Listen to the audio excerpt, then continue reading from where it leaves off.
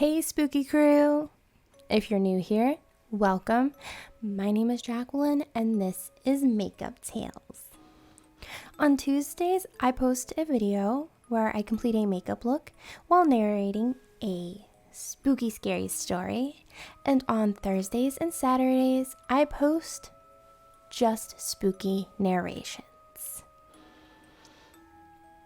If you're interested in makeup, and you like spooky content, I suggest you comment, like, and subscribe. Disclaimer. The following story is intended for a mature audience and may contain graphic depictions, death, gore, sexual themes, and adult language. Viewer discretion is advised. Today I bring you guys two stories. The first story is by Luhyama, and the second story is by BurntSchmidt. If you're interested in the stories, the links are in the description below.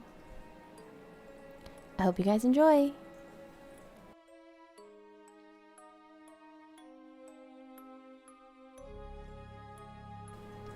I was watching the news in my one-bedroom flat. The same old shit came on, the president doing shady shit, stock markets, the whole 9 yards. I was sitting on the couch when an emergency alert came on. A new virus killing crops and animals in the south of North America. The virus started from a new species of beetles feasting on plants. The plants die, and the animals that eat these plants also die. That was 2 years ago today. The world has gone into a panic. 90% of Earth's beings have died. All animals, plants, besides trees, and humans. Before the impending doom, my grandfather had a fallout shelter with 2 years of food and water stocked up in it. When everything started dying off, I moved in there. I have 1 can of beans left and half a bottle of water. I have to go out into the world soon. I hope there are people near me. I haven't talked to anyone in a very long time. Today, I went to my local gas station and Walmart. I luckily managed to snag 1 can of beans, which is a year outdated. I guess it'll do. I really need water. I can go 7 days without eating, but I can't live that long without water. I heard that the plant life in the oceans has died off too. So, streams, lakes, drinking those is basically a death wish. I'm going to go to a supermarket tomorrow. I'm on my way to the supermarket, and all I see is death. There are dead people and animals everywhere I turn. But I finally got to the supermarket. The whole place is boarded up and has a sign that says survivors inside. I knocked on the door and yelled to see if people were still there. To no avail. I broke the boards down and got inside. The smell of rotten flesh hit me. All the survivors are dead.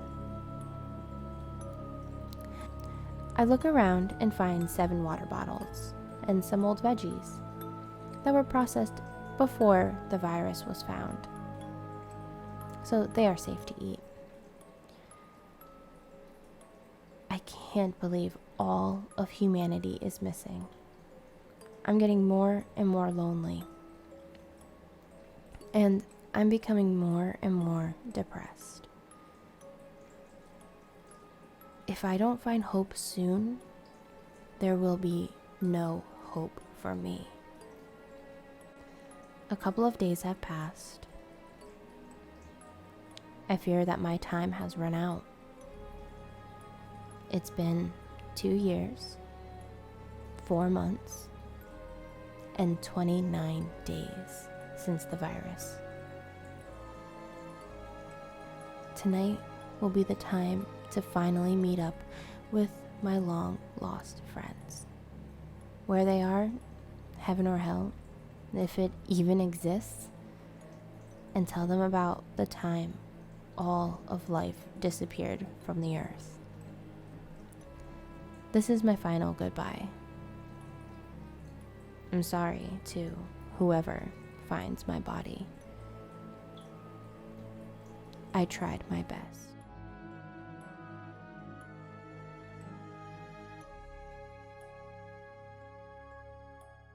The following story was told to me by an acquaintance I knew years ago in Utah named Noah. Originally from Sweden, he worked as an environmental researcher for 35 years. The following story is paraphrased as best as I can remember it. I worked in a research outpost in Antarctica back in 1993. I haven't been back. Something is being deliberately hidden. We were a research team studying glacial calving related to climate change and emissions. It was to be a 3-month excursion beginning at the cusp of their November summer through February. We were just under 4 weeks in, staying in essentially a steel-walled cabin fitted with 4 cots, all in one tiny living area. Days were spent mostly in observation of genuinely gorgeous, virgin expanses of tundra, being eaten and swallowed up by the earth into holes dozens of miles wide, all in one shot. Nature is both beautiful and intimidating, in equal measure by its unpredictability, especially in uncharted corners where no man has ever stepped. At night, however, it was much less majestic. Sardines packed into a little tin full of wires and cords. But no mosquitoes or ants in sight. That was always nice. It was a Thursday night. Not a particularly eventful day. We started kicking back the drinks right around dusk. And by 9 p.m., we were inebriated, falling down laughing. I remember one particular anecdote about a guy named Mel's wife's birthmark that looks like Hitler. Don't ask. But then it happened. You hear that? Asked another researcher named Anthony. He reached across the desk to turn down the radio. Hear what? We asked collectively. Radio silence for about 30 seconds. I think when it first sounded out, we were in such disbelief that none of us conceded. Wolves howling faintly in the distance. But wolves don't live in Antarctica. Nothing lives in Antarctica, not even Inuits with sled dogs. The air slowly regressed to thick, palpable, collective dread when it rang out again, only closer. We had a window, and nothing could be seen but a desert, the horizon, and a purple haze emanated by a dying sun. Howling again, nearer, and again, multiple howls ringing out at once. An entire pack of phantom canines in unlivable terrain. No, that's gotta be a whale. Dennis reared, his stare toward the floor as the words left his breath. We were more than 5 miles from the coast, and the ice below was at least 1,000 meters deep. Not even an ice quake could be audible where we were at. We all sat in an eerie dread-induced silence for minutes. I felt a charge in my belly, electric anxiety. We all did. I could see it in their faces. "Open the window," I said. "It's fucking -3 degrees. We'll have icicles hanging off our..." And then Dennis's sentence faded out to silence when the howls started again. Fucking wolves. In negative temperatures. Howls once again, roaring for nearly a minute, while I stared at wide-eyed terror in the others' faces. He shut the window as quickly as he opened it, and none of us protested. It just went on and on, for a period of maybe 55 minutes.